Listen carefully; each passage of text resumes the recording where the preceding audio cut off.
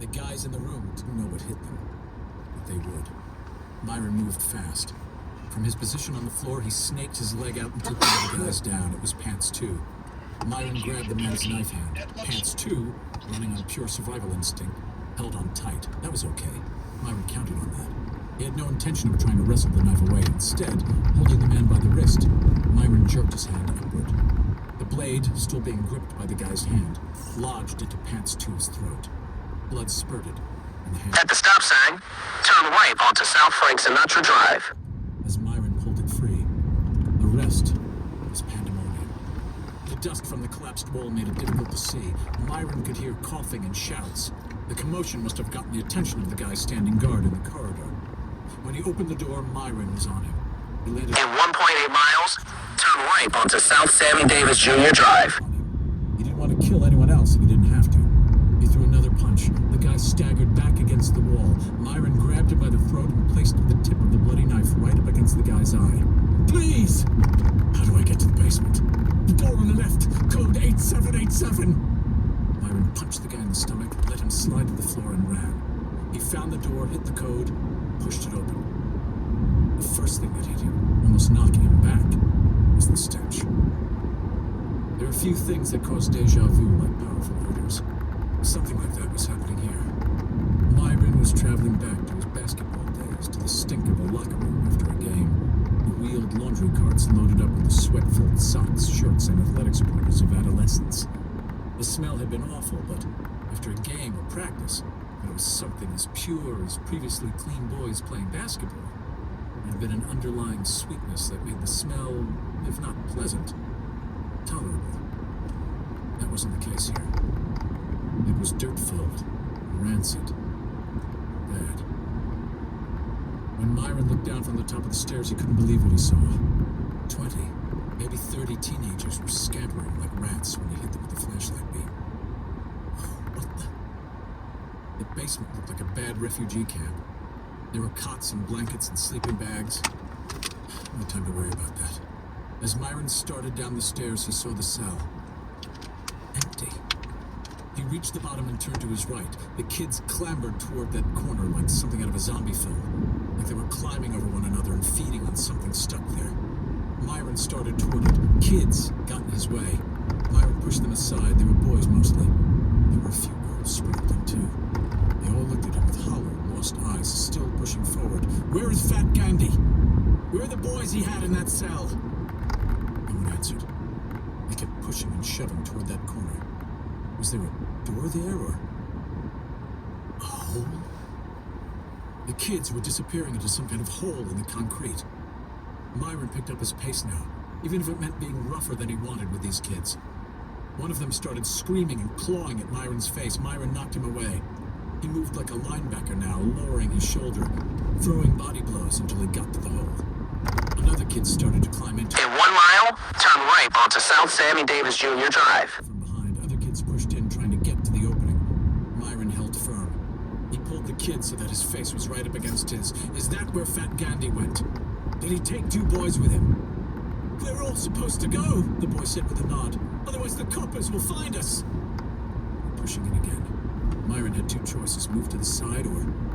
He dived into the hole and landed on the cold, damp floor. When he stood up, his head whacked concrete. He saw stars for a moment. The tunnel's ceiling was low. Shorter guys could probably run. Myron was not so lucky. Other kids started flowing in behind him. Have to move, Myron thought. Patrick! He screamed. Reese! For a moment, he could hear only the scraping sounds of kids escaping through this dark tunnel. And then he heard someone scream, "Help!" Myron felt his pulse race. The scream might have been short and only a word, but Myron knew one thing for certain. The accent was American. He tried to pick up his pace. There were boys already crowded into the tunnel, blocking his progress. Girls, too. He swam past them. Patrick! Reese! Lots of echoes, but no one returned his call. The tunnel's height and thickness were inconsistent, constantly changing. It twisted and turned in unexpected ways. The walls were black and old and wet. The few dim lights made the place feel more ghostly. There were teenagers on either side of him, behind him, in front of him. Some rushed forward, some fell behind. Myron grabbed one harder than he meant to and pulled him up to his face. Where does this tunnel lead? Lots of places. Myron let him go. Lots of places. Horrific. He reached a fork and stopped. Some kids went left, others right. Patrick! Reese! Silence. And then a voice that sounded American. Help! To the right. Myron hurried after the voice, trying to move faster, trying so hard to keep a pace, and yet not whack his head on the ceiling. The stench was starting to make him gag. He kept moving. He wondered how long these tunnels had been here, centuries maybe. The whole place feeling suddenly like something out of Dickens, when he saw two boys up ahead, and a fat man in a yellow zoot suit. Fat Gandhi turned toward him. He took out a knife. No! Myron shouted. There were still more teenagers in front of them. Myron sprinted as hard as he could toward the boys, lowering his head, pumping his legs. Fat Gandhi raised the knife. Myron kept moving, but he could see he was too far away. The knife came down. Myron heard a scream. A boy collapsed to the ground. No! Myron dove toward the fallen body. The zoot suit started to run away. Myron didn't care. More teens were starting to push on through. Myron crawled on top of the stabbed boy. Where was the other boy? There. Go past this light. Then at the next one, turn right. Other teens scrambled over him. Myron kept his grip on the ankle. He stayed on top of the stabbed boy, using his own... At the light, turn right onto South Sammy Davis Jr. Drive. The flow with his forearm. Someone's foot landed on Myron's wrist. His grip on the other boy's ankle was starting to loosen. Hang on, he shouted. The ankle was being pulled away. Myron gritted his teeth. How much longer could he keep this up? Myron held on even as the boy tried to pull away, even as a kick landed hard on his face, even as the... Go past this light. Then at the next one, turn right. His grip slipped. The boy was swept away in the river of other teenagers. Gone. No! Myron kept low, making his body a protective shelf. At the light, turn right onto Mel Torme Way. Then take the first right onto Spring Mountain Road. Hear me? We didn't come all this way for you. When the current of teenagers passed over him, Myron quickly ripped off his shirt and applied pressure to the wound. He finally looked down at the boy. At the next light, turn right. Kissed his face. Hang in there, Patrick, Myron said. I'm taking you home. Chapter 9. 3 days passed. The police asked Myron a lot of questions. At the light, turn right onto Spring Mountain Road.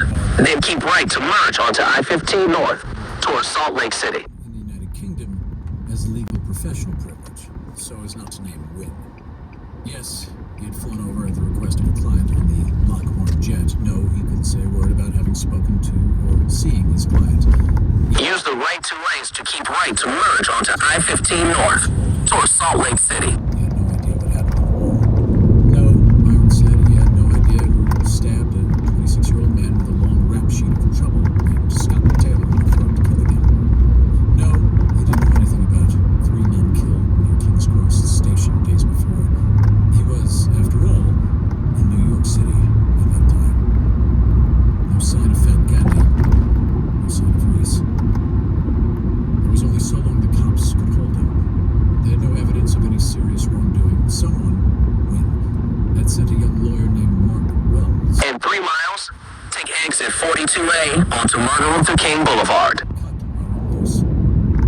Now it was noon. He was back at the Crown Pub at cooling his heels on the same stool. Wynn came in and took the stool next to him. The barman dropped down 2 ends. Mr. Lockwood, he said, it's been months. Wonderful to see you again. And you too, Nigel. Myron looked at the barman and at Wynn, then arched an eyebrow to indicate a question. I just flew in from the United States today. There are rules, Wynn said. The barman stared at Myron. Myron stared at the barman, then at Wynn, and then said, Ah. The barman moved away. What customs have you entering the country before today? Wynn smiled. Of course not, Myron said. By the way, thanks for sending that lawyer, Wells. Solicitor. What? In Great Britain, you call him a solicitor. In America, you call him a lawyer. In Great Britain, I call you anal. In the United States, I call you an asshole. Yes, quite, I see your point. speaking of solicitors, mine is current. In 2 miles, take exit 42A onto Martin Luther King Boulevard. That you, as my other solicitor, were protecting my interests. Myron said, I did tell them attorney-client privilege, so I will back that up. We will also turn over the anonymous email sent to me that started this. Perhaps Scotland Yard will have better luck tracking down the sender than I did. You think? No chance. I was feigning modesty. It doesn't wear well on you, Myron said. So how did you do it? I told you that we cased the arcade, but not just inside. Myron nodded. So you figured out where that safe room was? Yes. Then we hooked up a Fox MJ listening device. If you press it to any wall, we can hear everything. We waited until you called out the safe word. And then it was an RPG-29. Very subtle. My forte. Thank you, Myron said. Wynn pretended not to hear. So how's Patrick? Aaron asked. The cops wouldn't tell me anything. I saw in the papers that his parents flew over, but no one would even confirm if it's him. Wait. What? We will soon get some additional information on all that from a better source. Who? Wynn shook him off. You may be wondering why the police didn't question you more about the throat stabbing. Really? Aaron said. No. In the confusion, no one saw it. I figured that you probably took the knife with you, so they had nothing to tie me to it. Not exactly. For one thing, the police have confiscated your clothing. I like those pants. Yes, they were very slimming. But they'll test the blood on them. It will be a match with the victims, of course. Myron finally gave in and took a sip. Will that be a problem? I don't think so. Do you remember your black friend with the machete? Black friend? Oh yes, let's be politically correct right this very moment. Is he Anglo-African? I must consult the handbook. Use the right lane to take exit 42A onto Martin Luther King Boulevard. When the police arrived on the scene, Lester was unconscious and, surprise, surprise, had the bloody knife in his hand. Naturally, he said the knife had been planted. Naturally. But you could say that you saw Lester stab Scott Taylor in the throat. I could indeed. But I won't, Myron said. Take the exit, then keep right onto Martin Luther King Boulevard. Mr. Connor tried to kill you. Use the right lane to keep right onto Martin Luther King Boulevard. See, Wynn said. Better than false testimony. Touché. If they ask, I'll say that someone stabbed the guy. At the next light, turn left. I didn't see or even notice. It should play, Wynn said. Are there any leads on Reese? Remember what I said about a better source? Wynn said. What about her? What about her? Wynn shook his head. God, Myron, you're such a sexist. And here she is now.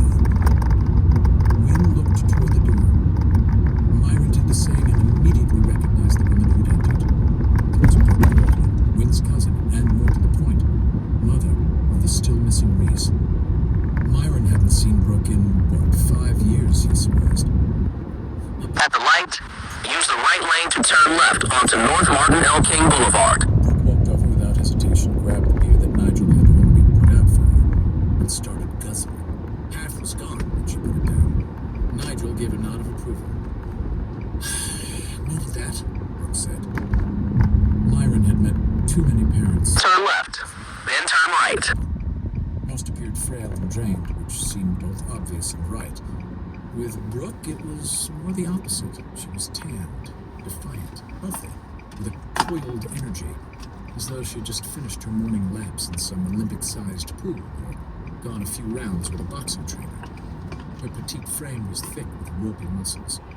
The word that first came to mind when you saw this wealthy suburban soccer mom who'd taken one of life's coolest body blows?